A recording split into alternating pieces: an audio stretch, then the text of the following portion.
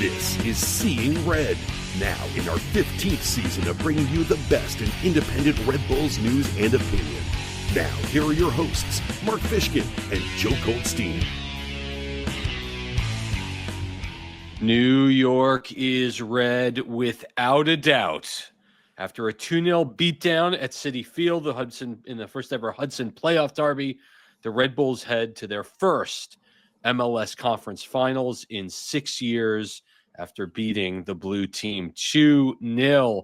Tonight on Seeing Red, we're going to look back at a glorious, wonderful night in Queens when the Red Bulls scored early and often and made it stand up 2-0. We'll give our Bulls of the Week a preview, of course, of Saturday night's Eastern Conference Final at Orlando City. We'll look back at the previous times the Red Bulls made it this far in the playoffs. It's not a terribly happy story, but we'll review the history. We'll give our predictions. We'll talk with Michael Citro of the mainland in Orlando, who we spoke with back in late March. And we've got your emails. I'm Mark Fishkin. I'm here with Gustavo Guimaraes of Territoria MLS. Gustavo, how are you? I'm excellent, my friend. Super excited. So glad to be here once again. Oh, my goodness. A fantastic, fantastic night. Before we get into it, once again, the liking, the subscribing, please do both of those things. Make us happy. Okay. The pitch was small. The night was cool. 550 Red Bull supporters were loud and singing from the opening minute. There were plenty of other Red Bull fans in the crowd. Sandro Schwartz went again with a 3-man back line, the same lineup that the wrinkle that he threw in against Columbus. It allowed the wingbacks to get further up the field, and it allowed New York to condense the field and really push the press onto City. And in a season full of big moments, postseason full of big moments, the Red Bulls got theirs in a 25-minute span to start the match.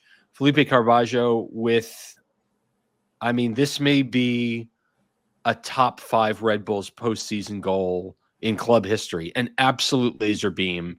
Van Zier with the assist. It took, I think, 4 seconds to go from Coronel's foot into the net. What's your take, my friend? I was so excited when I saw Carvalho scoring that goal, because it's a beautiful thing. Coronel does the kick. Forsberg is up the field. Van Zier drops back. He wins the aerial duel. And then Carvalho delivers that stunning shot. I would say this was the nicest shot I've seen in a long time from this New York Red Bulls team. Yeah, one of those balls that doesn't rotate, right? It is hit on a wire. There was the notion that the wind may have played a role. This ball was hit absolutely dead solid perfectly. I don't think a monsoon wind would have blown this around. This hit the back of the net. Matt Freese did his best, but no one was going to stop this. No. Carvalho now has game-winning goals in each of the 2 Red Bulls postseason wins in regulation. And say what you want, after a summer transfer window where the club was, I think, rightly pilloried for not doing enough. We've been watching Carvalho try to, work his way into the team and figure out the system that Schwartz wants to play. But I think there's no doubt this may be a top 5 summer pickup in club history. The guy has just been phenomenal during this run. And he's getting hot at the right time. When the most needed, he's delivering. I was excited to see the matchup between him and Santi Rodriguez, even though they come from the same club team in Uruguay, Nacional. Right. But in the end of the game, throughout the game, he was playing more on the left side of the field, and Santi was on the opposite side. So actually, it didn't happen too much. He's finding his zone. I think he's finding his comfort zone, and it's so nice to see this happening at the right time. Indeed, phenomenal. The blast, and when he scores, yes, the defense registers another clean sheet. The same in Columbus. That's right. Now in Citi Field, So That's right. he has the magical touch. From his foot to Cornell's goalie gloves. The blast absolutely stunned the City supporters, who spent the majority of the match after that quiet and getting outsung by the Red Bulls traveling support. You can look on their online forums where the City fans were lamenting just the fact that they just stopped singing, and which happens, to be fair, often in the playoffs, where the away support all condensed, usually larger than numbers. I mean, I certainly can remember times at Red Bull Arena where DC traveling support was huge and sang very loudly Revs traveling support. Like it's a common phenomenon. This is obviously the first time that City's supporters experience this. The second goal for New York, obviously a poacher's finish. It was a great corner from ML, bounced around. It goes off Keaton Parks, keeping it goes off City. Keaton Parks is keeping Van Zier onside, and Van Zier doesn't think, he just hacks at it, and it goes in, and he's looking around. All the Red Bulls are looking around, waiting for the flag to go up. It doesn't go up, and after 24 minutes, the Red Bulls are up 2-0. When they signed Van Zier, I expected some classic finish from him, and when I saw that goal, I was like, "Oh, I'm glad he hit this. Such a cheap shot, clumsy, but in the end, he found the back of the net." So I was glad to see it happening again. And his second playoff goal after his phenomenal finish against Patrick Schulte at Columbus. And so you're talking about a guy whose confidence is absolutely sky high with the Red Bulls. Like, we've never really seen this kind of production out of him. And so, I mean, again, the perfect time for him to start to heat up. The interesting thing for me is New York doesn't go into a shell. New York they have an hour to play, right? And it would have been very easy for New York to sit back and just go into a defensive shell. What they did do, though, is they turned up the pressure even more. What that meant was that City kept going over the top to break the pressure, and it happened again and again and again. After Van Zier scored, for the rest of the match, City outshot the Red Bulls 22-5. I have never seen the last 15 minutes and 9 more minutes of extra time, of added time, with corner after corner after corner. And yes, the Red Bulls were blocking a lot of shots. The number of chances that City had and missed were significant. And if there was an argument, I mean, the Red Bulls have been on the other side of this often during the last few years in the energy drink soccer era. And we know that New York at times this year had real trouble finishing.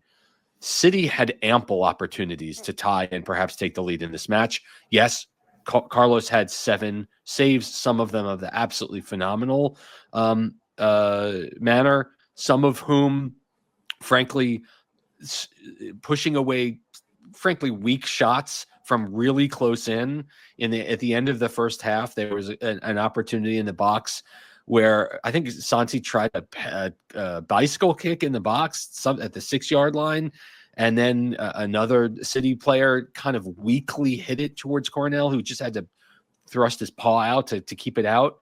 He made some good saves, but I mean, I think it's fair to say that City just didn't have their finishing boots on Saturday night. I think they could keep playing for another 90 minutes after the regulation, and it was going to be the same end. Yeah, it just wasn't. Questions about it. And props to Sandro and his defense, the back line. And one thing I want to point out is their mental side is very strong as of now, because there was a clash between Wolf and Sean Nealis in the first half, when Sean had that smirk on his face, and I was like, this is it. They got into their nerves. So yes, very strong mentally right now.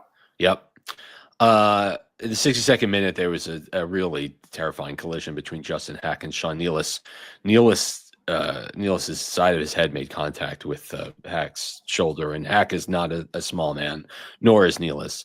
Nealis was knocked unconscious. He fell to the ground unconscious. He was knocked out in midair.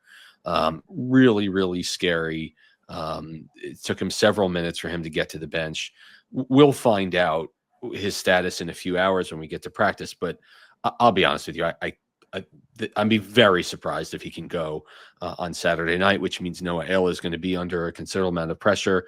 The good thing was Ayala came in, with 62 minutes into the game with almost a half hour to go, and he performed admirably, did not make terrible mistakes, leaned on Andres Reyes, and we'll get to his game, but New York was able to hold, and I'm hoping that performance will give Ayala a real shot of confidence going into Saturday night, because again, we'll know for soon and watch our socials, but I don't know how Sean plays on Saturday. I don't expect Sean to play as well, because there's the protocol and it's just not the right thing to do. And you have Ayala and confidence in him, and let's see what happens. Yeah. Subs for New York: Stroud, Goma, Carmona, Manuel. Just at the start of stoppage time, they were the subs. But again, I was begging New York, begging them to just hold the ball. And down the last 10 minutes and into stoppage time, it was like, just have it. Just carry it out. But at that point, New York had completely collapsed at that point. I was just defending. There was a lot made in the post game about the possession statistics, which were tilted heavily in favor of City. I think New York is clearly comfortable playing without the ball, and now has done it a number of times in this postseason. But when you're up 2-0 after 24 minutes, I think it's a game state challenge where it's like, the idea of New York continuing to possess while up 2 goals on the road just isn't going to happen with this kind of Sandro Schwartz team. So I know there's been a lot said like, oh, New York isn't going to be able to continue to win with 29% possession, but with an early lead, it's totally fine to play like that. The key is to score first. I think it boosts their confidence, and no mistakes, no silly mistakes as well. Defense is too tall. Everybody was concentrated in their jobs. At the end of the game, I was also begging, game over, guys. Just get out of bounds. Please don't concede. If you concede a goal there, then the game is alive again. Right. But no. I was just like you. Please just deliver it. So for me, there are really 4 determining factors in why the Red Bulls have been able to get through. A, perhaps one of the better teams in MLS history in Columbus, and now B, a City side that had beaten them twice over the course of the regular season, once very badly at Red Bull Arena. First is DPs playing like DPs, right? Forsberg, phenomenal. Dante Vanzier with a goal and an assist. Carvalho with a goal. These are the players that have to do well if your team is going to advance. This is the name of the game in MLS. It's very hard to win titles or go deep in the playoffs unless the guys that are getting paid the big bucks are showing up. And for the first time that I can remember in playoff history, they're showing up at the right time. Absolutely. I don't recall something different as well. Forsberg is so beautiful to watch him playing, because he's all over the field. Over the field. You can see him dropping back. You can see him going forward. You can see him in a number 9 role. And let's be honest, he's not young. No. He's unstoppable. Yeah. It was the best signing by far in ages. And too bad he stayed out for a couple of months during the regular season, because I don't think the Red Bulls would be in the same situation as of now in terms of position. Yes. Standing position, probably they would be in a better situation, hosting more games instead of being the away team. But in the end of the game, in the end of the year, in the end of the season, it is what it is. And right now they're very strong going down south.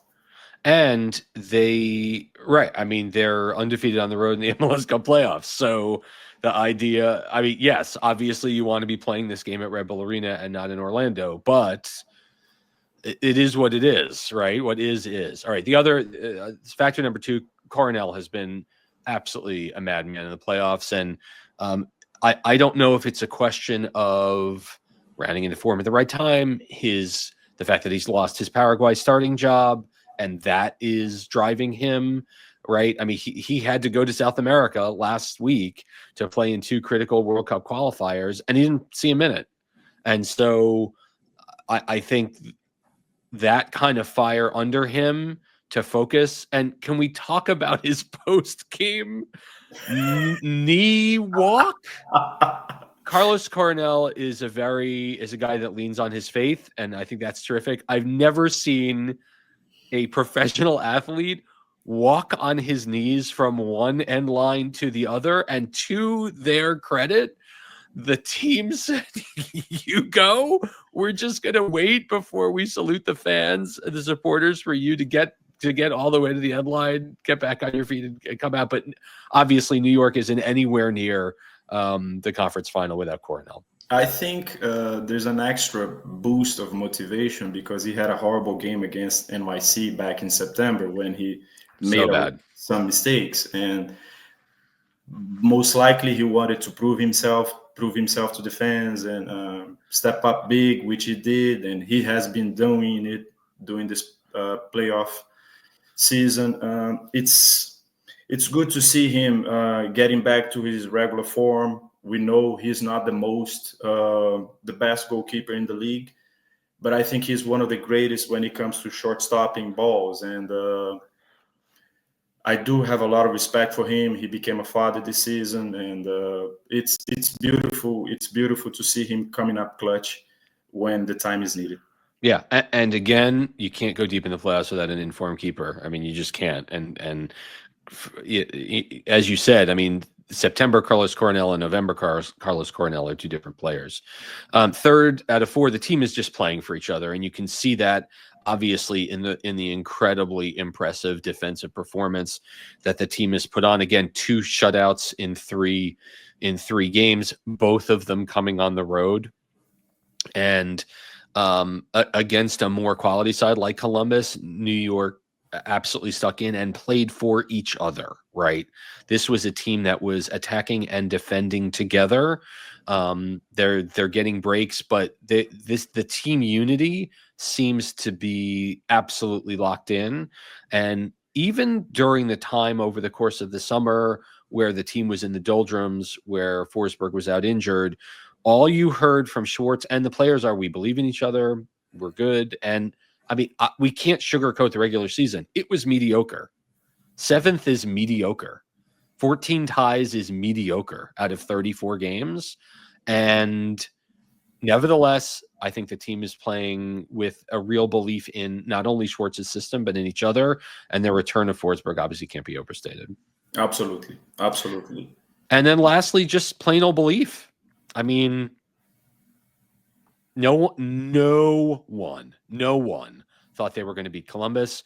Very, very few people thought they were going to beat City. There was this playoff newspaper PDF that the club that the league produced, and it was the blurb on the Red Bulls was the shortest of the 8 remaining teams, that basically said this team should just be happy to be here. I mean, the disrespect, perhaps earned after a not so great postseason, but you would think that after taking down Columbus over 2 matches, that there would be a little more respect on the Red Bulls name, and there isn't. And the team is going into Saturday night's game as the 4th pick out of the 4 that are left. The odds makers say the same thing, but all I'll say is just keep picking against them. They believe that they can do this. Let's look on the positive side. It's a good thing. Nobody gives them credit. Yeah. They have nothing to lose. They play freely this way. And I think, just like you say, they're playing for each other. It's a beautiful thing. It's a unit. And I just disagree with Forsberg when he said on his post-match interview that some people needed to apologize. Yes. Really, come on. After such a mediocre second half of the season, do we have to apologize? I think it was a fair thing to do not expect the Red Bulls to pass Columbus. Against New York City, I did have more faith in them. As a matter of fact, my prediction was 3-1. You know that. We don't owe the fans do not owe an apology to the team or the players whatsoever. No, but all I'll say is just please keep picking against them because it seems to be working well. All right, New York again is red. I had a long time City leaning friend and follower on Blue Sky come up to me and said, well, we took 2 of 3 of you this year. And it's like, my man, like, take the L. There was a guy on the subway, on the train platform singing like, you'll never win the cup. And it's like, just be a big boy about it. You lost at home in front of your home fans. It stunk. You were bad, and that's the end of it. And you'll fight another day, and you'll beat us next time. But tonight, there's nothing to take away that New York is red. Bulls of the week. Who is your pick, sir? My pick couldn't be different. Carlos Coronel, clutch. I'm going to go with Andres Reyes, the Apple TV season pass man of the match. I mean, playing without fear, not picking up cards. He has matured so much down the stretch. He's really improved this season. The number of plain old howlers, they just aren't happening. And yes, Saturday's another match, another chance. And especially without Sean Nealis, the idea of Reyes leading the back line will be a little bit tenuous, but he's grown up in a big way. And he was a big reason why New York won. So Coronel and Reyes, congrats, our Bulls in the match. And congrats again to Andres Reyes for completing his first mostly English language presser last week. I thought that was great. All right. Saturday at 7:30, the Red Bulls visit Inter & Co Stadium to face Orlando City in their first conference final since 2018 as they look to reach their second ever MLS Cup. Let's pull up the graphics. Here we go. I mean, 15, 12, and 7 is a good season. It's not an incredible season. They were 4th in the East, Orlando was. 59 goals in 34 games. That's good. They had the 4th best attack in the East, only behind Inter Miami, Columbus, and the Philadelphia Union, who ironically did not make the playoffs. 7, 6, and 4 at home is not great. That is not a dominating home record. When you don't win at home 10 out of 17 times, it tells me there's something wanky going on there. They're a very strong defensive team, obviously with Gallese in goal and some real veterans on the back line. 1.3 goals against, the 5th best goals against average in the league, and a lot of scoring in the league this year. And usually that number wouldn't point to me out as being 5th in the league, yet that's the case. This team creates a lot of chances. They miss a lot of chances, but they also generate a lot of scoring chances. They're also incredibly aggressive, pushed up on the field, 3rd in MLS in corners taken. Stats that didn't make this, they're 27th in MLS in interceptions per match. So they don't really have a challenging defense in a way that we traditionally think about it, but they don't give up a lot of goals. Here is their playoff run. Against Charlotte, they won 2-0 with Facundo Torres and Ojeda scoring at home in the first game. The second match in Charlotte was a scoreless draw that Orlando lost on penalties. And then the third game also went to penalties after a 1-1 draw when Facundo Torres scored in the 102nd minute. Orlando was probably a minute or two away from being eliminated as the 4 seed by a surprising Charlotte team. Certainly happy to get through. The important thing here to look as well, in each of the 2 shootouts, Charlotte only got 1 goal past Gallese. That is something to keep in mind. In the conference semi against Atlanta last week, they got a 39th minute goal from Enrique, and it stood up. So 4 playoff matches, they've scored 4 times a goal in each match. They've only conceded once in regulation, and that obviously is concerning. When we think about Orlando, they're not a team that likes to win the ball off you and hit you on transition. Again, they don't really intercept the ball. They want the ball, and they want their wingers to get at your fullbacks and create chances. They're a very technical team, not unlike Columbus or City. They're comfortable with the ball, and the Red Bulls obviously have to be at the top of their game to shut down a dangerous attack. Again, 59 goals in 34 games is solid.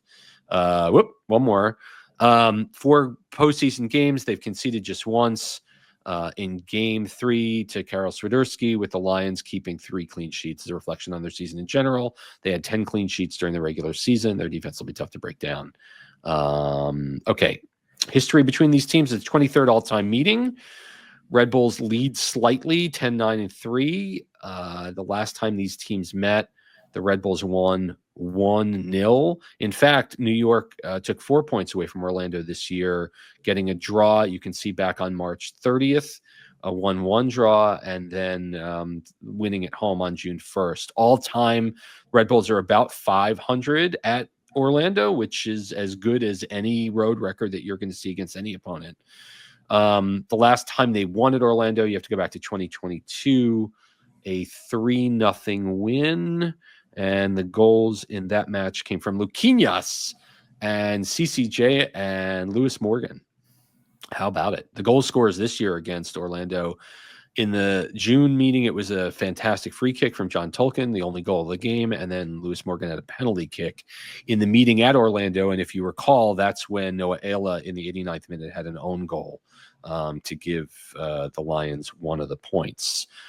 Bradley, all-time leading scorer, surprise, surprise, and Lewis Morgan is the current active scorer with 3. Here is the prospective lineup. Again, in goal, it's El Pupo, Pedro Galese, the Peruvian national goalkeeper, 14 clean sheets in all competitions. The back line, Rafael Santos, a Brazilian with a goal and 3 assists.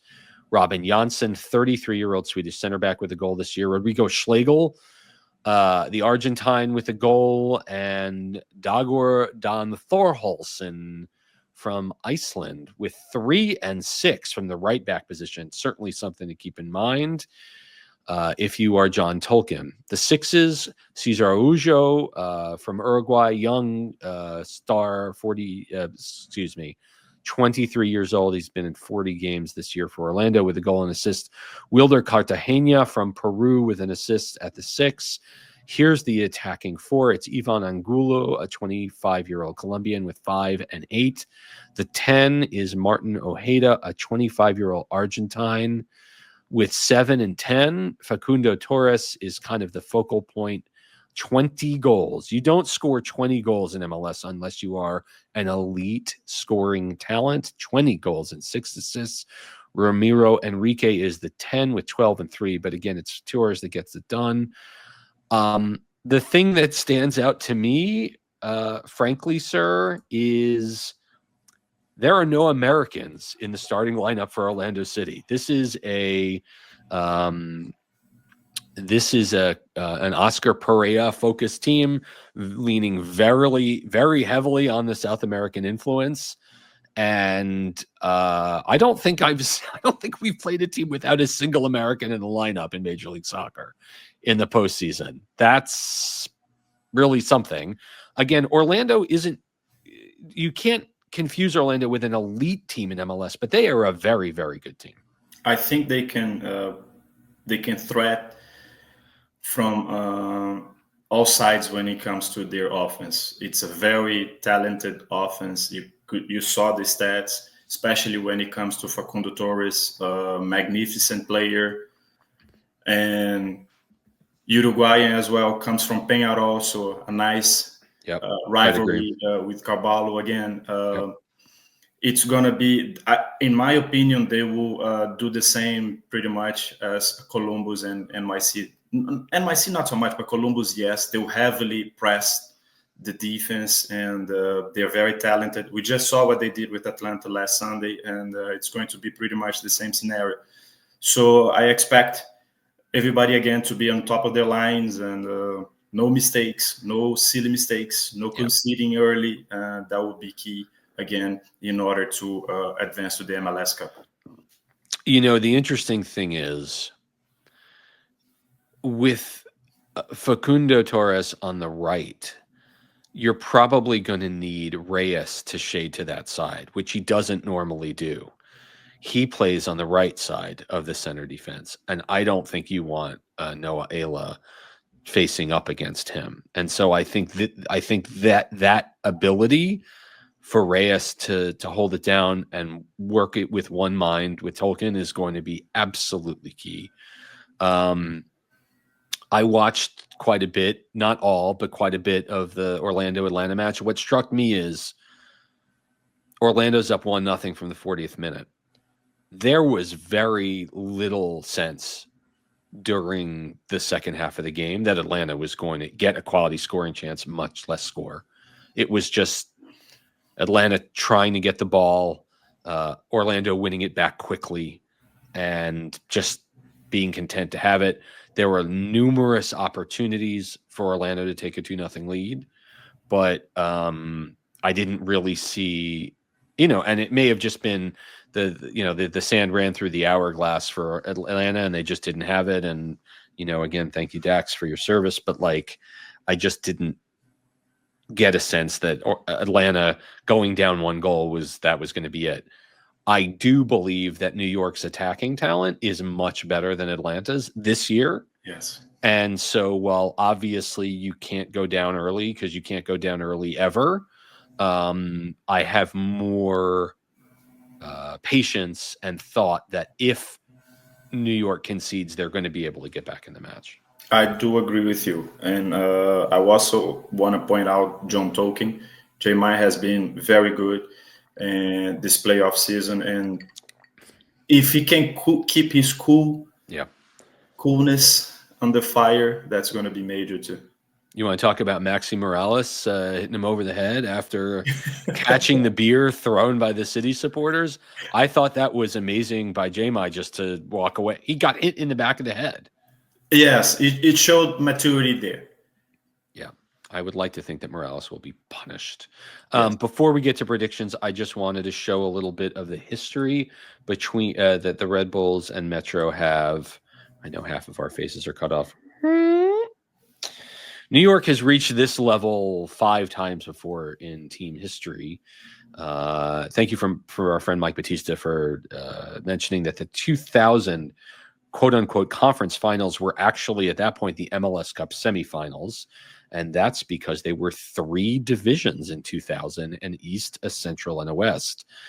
This was the famous Adolfo Valencia winning goal called back in Game 3 of that series, only to have Metro killer and future Metro Ante Razov score a very similar goal that sent the Fire into MLS Cup 2000, where they would lose to Tony Meola in Kansas City, if I remember correctly. All right. In 2008, the team went through the Western Conference, and that's because as the 5th team in the East, they had a better record than the 4th team in the West. And during that wackadoo time, you could get into the playoffs that way.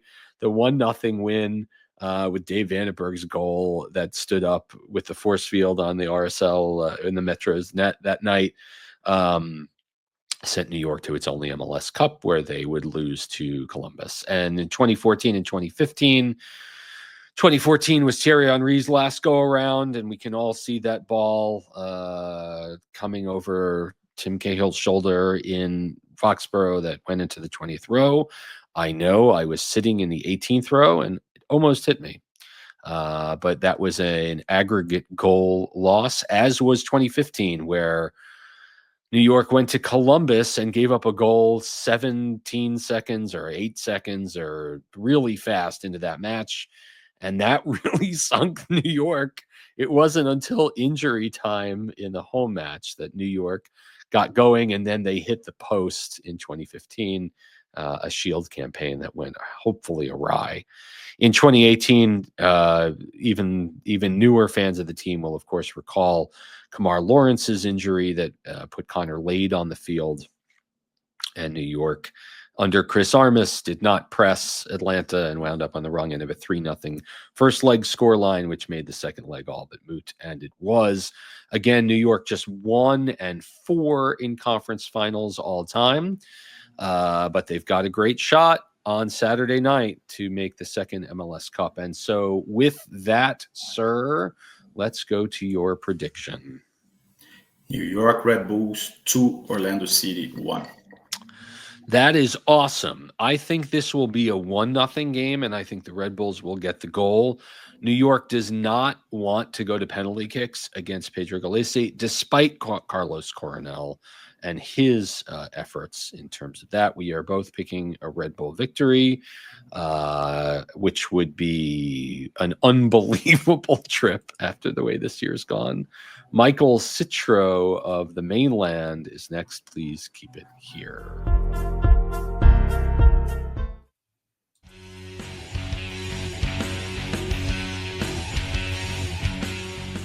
Back we are on Seeing Red, the New York Soccer Roundup. Big week. Not only is it the Red Bulls' first conference final since 2018, it's Orlando City's first conference final in MLS. And that's pretty exciting. And we thought, why not dig into it with Michael Citro, who's the managing editor of the Mainland. And although he is basking in the glow of the Orlando Pride's NWSL title, there's a lot of good stuff happening in Central Florida in terms of the soccer. So, Michael, welcome back to Seeing Red, my friend. Oh, thanks for having me back, Mark. Appreciate it. It's absolutely a pleasure. The last time these teams played was June 1st, and it's always a weird quirk of the schedule where a pair of conference rivals complete their season series three months into a very long season. Tell our listeners a little bit of the story of what has gone on with Orlando since then, because, I mean, your guys in excluding Leagues Cup, I mean, it's like 14-4-4 over the last half of the season. And I'm curious for the reasons why. Well, I guess in the simplest terms, the ball started going to the net. The first half of the year was not very good for Orlando City. The players have all said they kind of expected to hit the ground running this year after having a good season last year, not making a lot of changes, but that's not the way it worked out. They came into the season and they struggled to connect. They struggled to finish in the final third, the final pass, the shot. Nothing was really quite working right. And then around July, just like last year, things just started to click into place. Martino Ojeda started to provide better. Facundo Torres started scoring. He wasn't scoring in the first few months of the season. This kind of become a habit with him. He's the slow starter, but once he gets it going, he's pretty strong. And then they also had some issues trying to work in new designated player Luis Muriel, who was really struggling to fit in and find his game in this new league, while he was trying to acclimate to a new system, a new league, a new city, Not new uncommon. culture. Yeah. So he was having some issues too. And then also Pedro Galese didn't start the season particularly well. I mean, he struggled a little bit in the early part of the season as well. I mean, he still made some big saves, but there were some uncharacteristic mistakes by him as well. So around July, everything just started to kind of connect and they relaxed. I think the nadir of the season was a 2-2 draw on the road to Charlotte.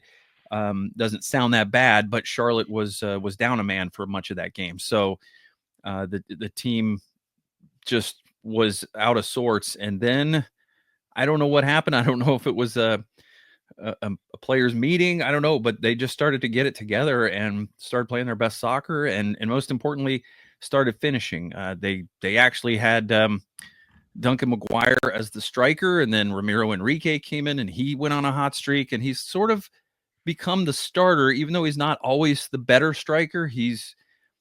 I guess he just gives the team a different energy to start the game.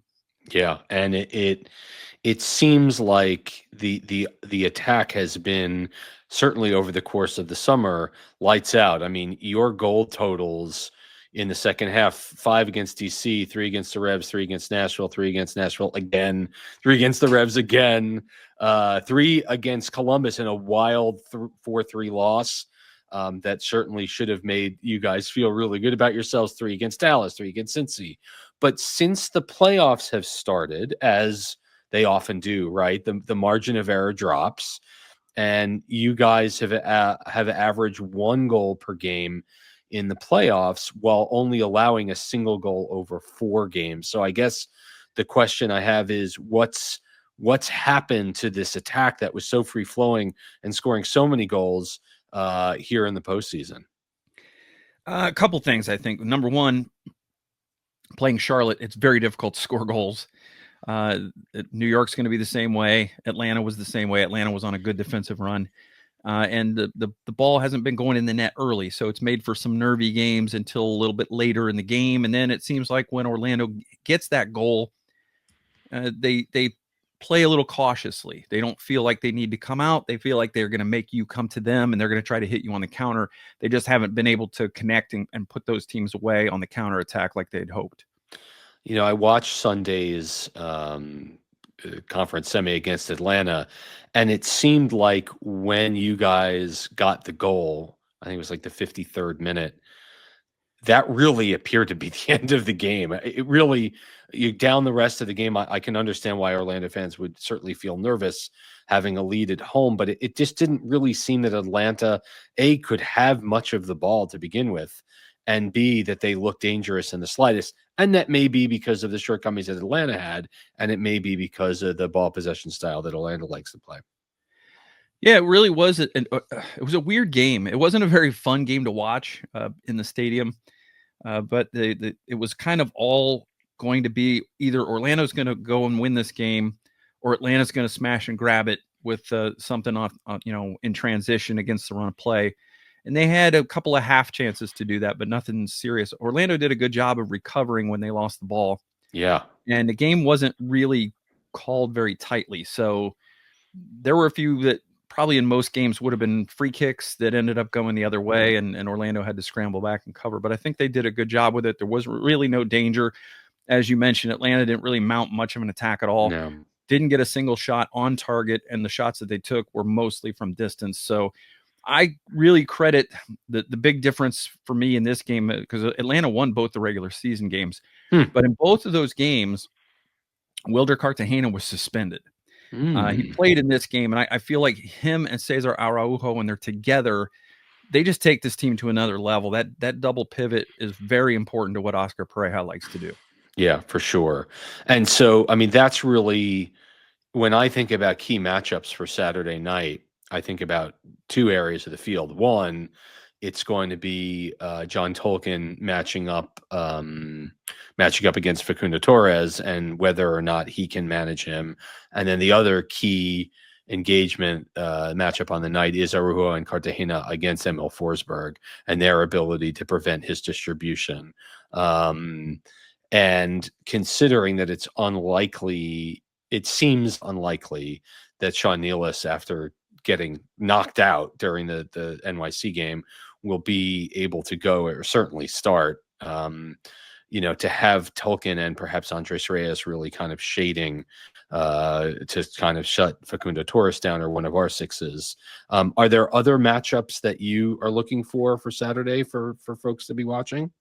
Definitely. One thing that concerns me as an Orlando City fan is how will the left side of New York with Tolkien and Lewis Morgan, how will Orlando's right side of the defense hold up to that? Torres is going to have to play some defense. He's going to have to track back, and he's going to have to be cognizant of helping defensively, because right now probably the weakest link on the back line is Dagger Dan Thorolson, a converted midfielder from Iceland who's been playing right back and doing a good job, especially in the attack. But he does have some lapses defensively, and that is also the side that Rodrigo Schlegel plays on. And Rodri's been great defensively, but the full Rodrigo Schlegel experience can be a little bit of a roller coaster. Yeah. He's kind of like, he's great, but there'll be just some kind of mental switch off at some point. It might not be for 2 or 3 games, but then something weird happens and he'll either give up a penalty or take a red card or something like that. So that's the concern I have, is that there's so much quality on that side of New York, on the side that Orlando's a little bit weaker. Well, it sounds like each team has a little bit of concern with the other's attack for sure. Should this game go to penalty kicks, and not to take anything away from Carlos Coronel, who stopped 3 successive penalties from Columbus earlier in this playoff run, Galese has been phenomenal in penalty kick shootouts. What makes him so good? I think he just is a good reader of the penalty taker, and I think he does his homework very well. The Lions had never lost a penalty shootout until this year. In Leagues Cup, they lost to Cruz Azul and then lost in game 2 against Charlotte in a game where it really wasn't so much Galese, it was the shooters leaving the ball too close to Christian Kalina. And then they came back in game 3, had another shootout, and they were lights out. So, Pedro he's usually good for a stop. It's really hard to get more than one in a shootout, but he's usually good for one. And sometimes the margins are so fine that, the other team will just simply hit the post or miss the net trying to be perfect. Orlando has been building over the last number of years towards this conference final, right? This is I believe their 5th straight playoff appearance after not making it for a number of years after joining the league. It's, as we had mentioned, the first time they've gotten to this level. How is Orlando City fandom supporting this team? I mean, again, I think a lot of folks, given Orlando's strong second half, kind of had their eyebrows raised. First, because the start of the season wasn't that great, given how well they finished 2023. So I think they were expecting more. And then in the second half, it was like, wow, these guys have really figured it out. And finishing 4th, I think, was a huge feather in their caps. And now, of course, to be hosting this game with Miami, Columbus, and Cincinnati all out, people must be losing their minds. I mean, this is a big deal. Yeah, it's pretty crazy. And the city does support this team, but you're probably usually a 1,000 or 2 shy of a sellout most games. But the conference semifinal was sold out against rival Atlanta. I would expect that we'll probably see a full stadium Saturday night for a conference final. This is obviously going to be the last home game for Orlando, regardless of the outcome. We're hoping Minnesota United could pull some upsets over there, but that didn't happen. Kind of felt for a while like things were falling into place for Orlando, but that kind of was the first thing that didn't quite go to plan. But I think that the fandom is really excited. They've waited a long time for the team to be good, and then when the team got good enough to make the playoffs, they were quick exits most years. Yeah, they're hungry for another trophy. We're tired of hearing all the pundits say things like nobody wants to play Orlando in the postseason. And then you get into the postseason and everybody's picking them to be upset every round. Everybody's picking the team that they finished above in the standings to beat them. So, I mean, we're really not sure what to make of that. Well, once again, as it's been with the Red Bulls, certainly no one picked them to take down Columbus, much less in 2 games. They were not favored against City. And to be frank, they're not going to be favored on Saturday. And I think that's fine with them. I think they are very, very content to, have a little bit of that chip on the shoulder and say, in the last game, Emil Forsberg says that everyone owes the team an apology for continuing to not get on board and not believe. If there's one player, Mike, that we haven't covered from the Orlando side that could be an X factor in the game, who might that be? A guy who really is often overlooked is Ivan Angulo, who plays left wing in the 4-2-3-1. And the reason he's overlooked is because he doesn't score a lot, not a particularly good finisher, but he scores a lot of those goals where it's just like he swoops in and he's the first to get there in a loose ball situation when the ball's pinging around, and it's kind of like, the garbage goal scorers in the NHL, that kind of thing, where just throw the puck in front of the net, see what happens. He's usually the first guy that will arrive and be able to do that. But also his work rate is unbelievable. He's fantastic at tracking back and breaking up transition opportunities before they become dangerous. His speed allows the other team members to come into the attack. So they'll play a lot of diagonal balls into the left corner and just have him go run to it and then hold up play while everybody, he almost works as a hold up striker, but only in the left corner. Okay. All right. Good to know. You have a prediction for Saturday night? I'm going to give you the prediction that I gave on our podcast, which is because both of these regular season games were low scoring. In fact, Orlando City did not score a goal of their own. It was an own goal. That's right. For New York. And because everybody's expecting it to be low scoring, and because Orlando has only scored more than one goal in a postseason game one time. Wow. And that was game 1 against Charlotte this year. Mm-hmm. I'm going to say wacky things happen and it goes 2-2 and goes to penalties. Okay. All right. I like it. And then my podcast partner pressed me for a penalty score. And I said Orlando 7-6, and then I have to go to the hospital. Oh my God. That would really be something. Michael Citro is the managing editor of The Mainland. It's an exciting time. The notion of flying down there on Thanksgiving weekend is not really in the cards here, but there will be a number of Red Bull fans that are making the trip. And so I will ask your fans there to be nice and polite. I would too. And we're not City fans, so it's a little more reasonable. So thank you so much for joining. Where can folks find your work? You can read all of our writing at themainland.com. That's Maine is MANE, like a lion's mane. It's a pun on our mascot. So themainland.com. We're on Twitter at the Mainland. We're also on Blue Sky at themainland.bsky.social. So you can find us in any of those places. And the Mainland podcast, you can get our game preview on this week's episode of that, wherever you can get your podcasts. Thank you so much. When we're back on Seeing Red, a fantastic email bag. So please keep it here.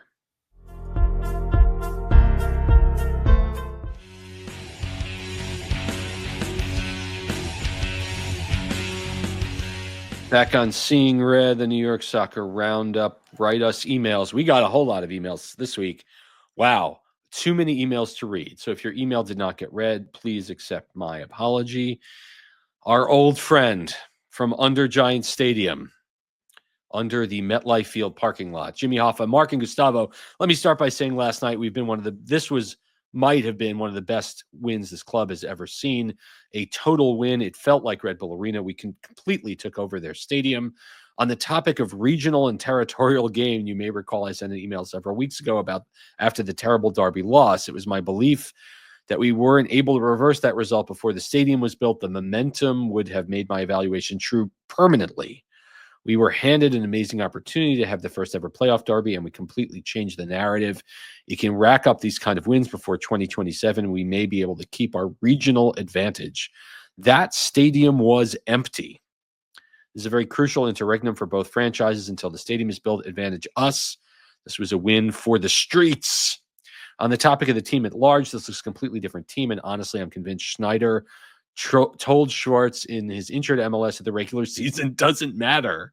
He flipped a switch tactically. I maintained the first half of the season was unacceptable. The last half of the season was unacceptable and looked more of the same from the last few years. However, how much of that was Forsberg's injuries, team malaise, whatever else? I'm not sure, but I'm happy to be somewhat wrong. The team feels different, and it has me feeling hopeful. Dangerous hope. Which side are you on, boys? Which side are you on? All glory to the supporters. I'm seeing red. Your pal Jimmy. A great note by a great man. Gustavo, thoughts on Jimmy's email? Is it as simple as just having Forsberg back in the lineup? It does have a lot of effect, but I also would like the team to have alternatives. Obviously, it's not easy to replace a player from this caliber, but I would like the team to have different answers when he's not on the field. But it is a major factor. There's no denying. There's no way to excuse that. Agreed. Yes, and thank you. I know that as people that live and breathe the team, we are very much into the narrative and us versus them and red versus blue, and we've destroyed them. And there is I really believe that there are an unlimited number of people that could be fans of either team. Obviously, this is really going to sting them and has stung them and stung their fan base. I think 2027, when their stadium opens, will be transformational. And the idea that, we beat you back in 2024 in a playoff game is not really going to have a whole lot of weight when they open their stadium. And, to be fair, this blue team has been a massive mistake being allowed to enter the league and play in three different stadiums for Nick Cushing's last year in MLS. I'm not rooting for people to lose their jobs. I'm not, but I thought it was, telling. especially because Cushing had said a few weeks ago, "Oh, I'll be here next year." He said it in a press conference. Oops. Yeah.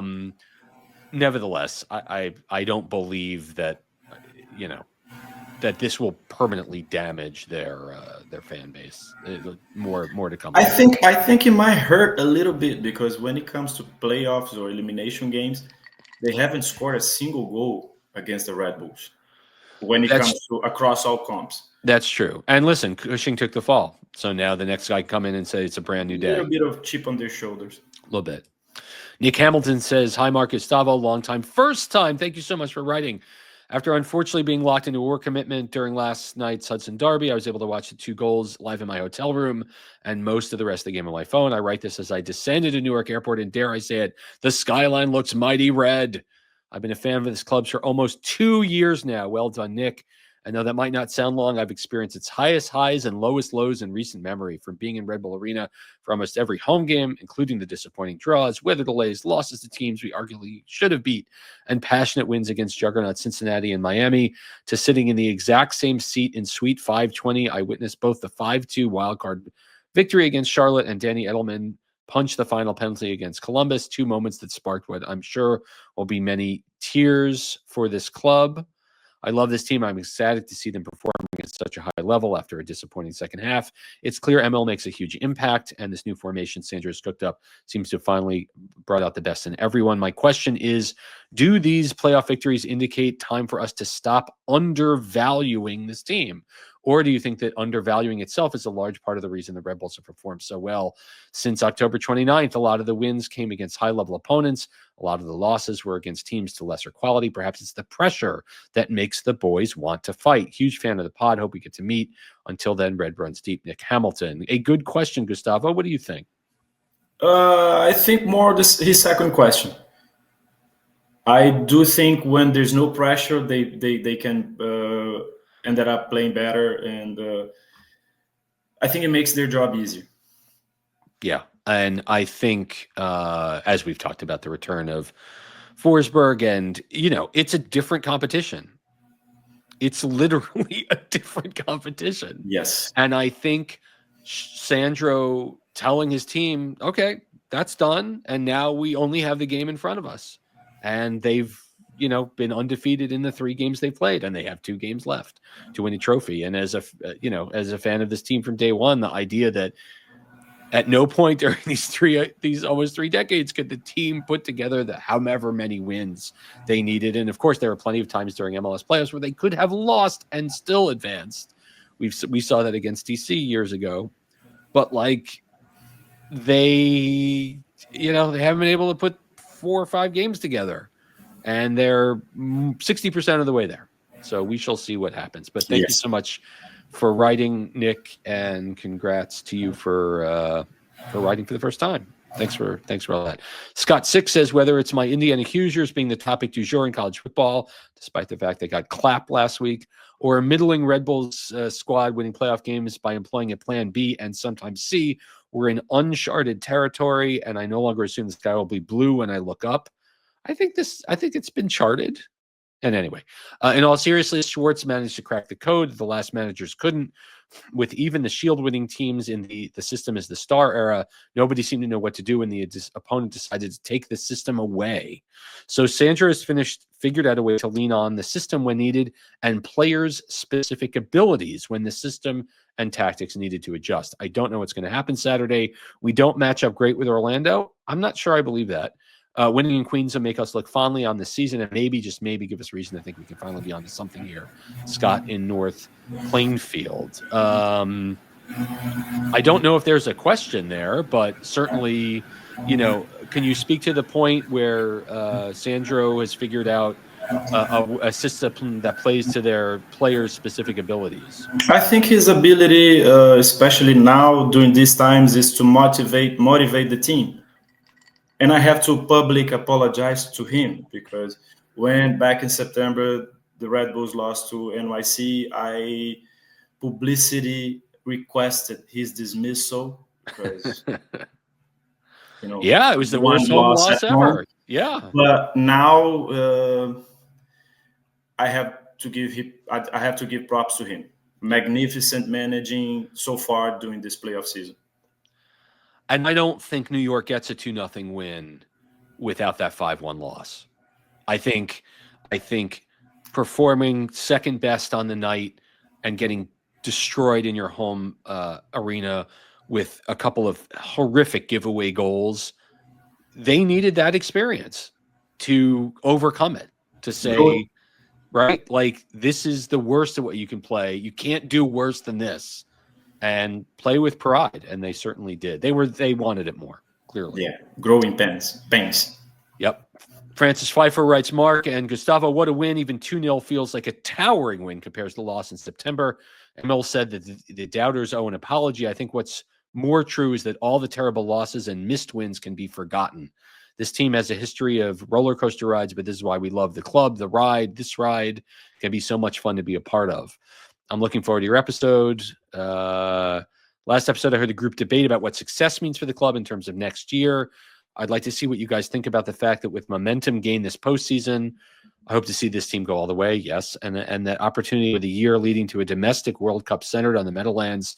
Investment in this club right now could create a whole new generation of fans. No matter what happens in the offseason, would you say this run, especially this huge win, has given the Red Bulls the prime opportunity to take the focus of the market if the proper investment is made? Thanks for all you do. And to Joe, miss him being on the pod, of course, as well. Frank from section 128. I mean, let's say, not that we're projecting this, but let's say the season ends on Saturday. I think the run that New York has done will certainly give the fan base a massive shot in the arm after a mediocre regular season and a lot of optimism about what comes next. And again, the team may have reached an agreement with 20-year-old Polish second division player Viktor Bogash about coming to the team. And if he does, breaking the Polish second division transfer record, woo, we'll see if that is warranted, the excitement around him. But nevertheless, this certainly has given a chance for the fan base to reset. I agree. And when you look back into the 2024 New York Red Bulls, you'll be able to have a smile in your face. Yeah. Yes, absolutely. From this run, eliminating Columbus, eliminating City. And again, going into the game on Saturday night, I mean, we've said it before, playing with house money, like there's no expectation on them from other than themselves. And obviously, as a fan base, we desperately want to get back to MLS Cup. We haven't been there in a very long time.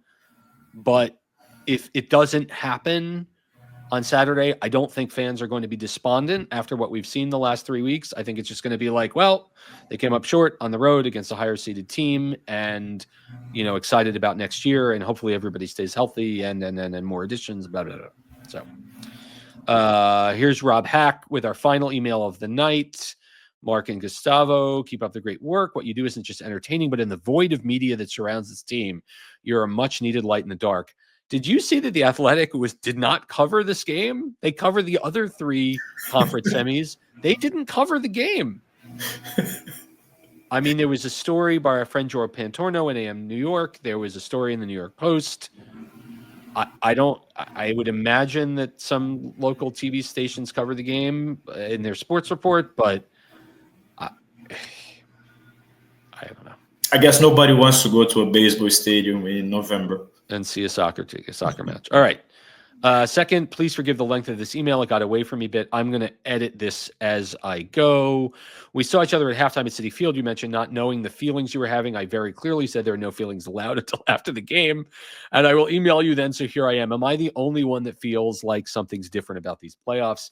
I truly expected Columbus to run roughshod over us. This team has showed glimpses of life, but nothing consistent.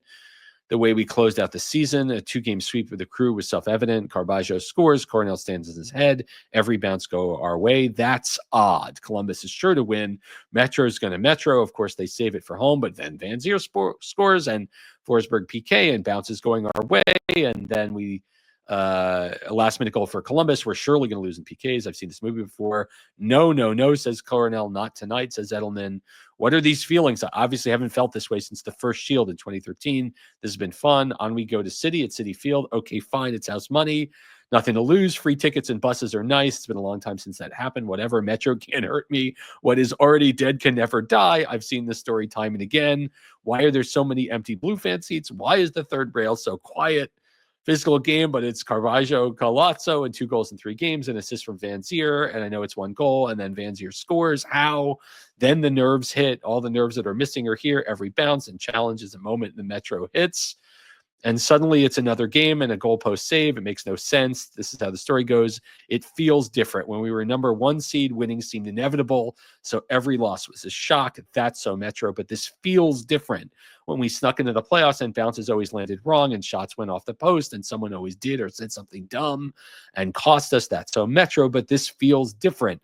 The guys look like they're having fun. They don't seem frustrated or confused. They're pumping up the crowd. They're taking chances and backing each other up, and the bounces are friendly somehow. And I'm enjoying every moment, and I'm not living in a world of anxiety and stress and wondering when this all crashes down. And I'm having fun seeing how long this goes, and these are the feels. I don't want to talk about them at halftime. I didn't want to talk about them at halftime because admitting them would somehow risk losing the joy of seeing this game we love being played by players who love the game, and knowing that so far this moment at hand is what matters, and we're lucky to be here. One way or the other, the ride will end. But for now, give me all these feelings. Let's talk about them each after every final whistle, because we're still Metro, unless maybe we're not.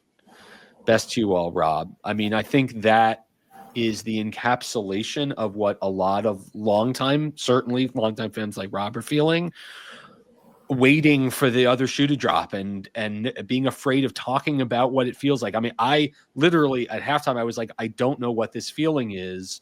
I hadn't felt it since the Charlotte playoff game, where it's like we're up multiple goals in a playoff game. And while it's certainly not a comfortable feeling, it's a great feeling, and being able to express them and, hoping that this ride continues for one more week. I mean, they're in the net. There are 29 teams in MLS, and 25 of them are out, and we're not one of them. And we have a chance to do something that hasn't been done in 16 years, and that's go to the MLS Cup, which will be played on the West Coast, either at LA or Seattle, at LA Galaxy or Seattle. And, Orlando City's never made it to an MLS Cup. So this is a big deal for them. I don't know what's going to happen, but this ride that the team has been on is really what it's all about. It's been a Cinderella story.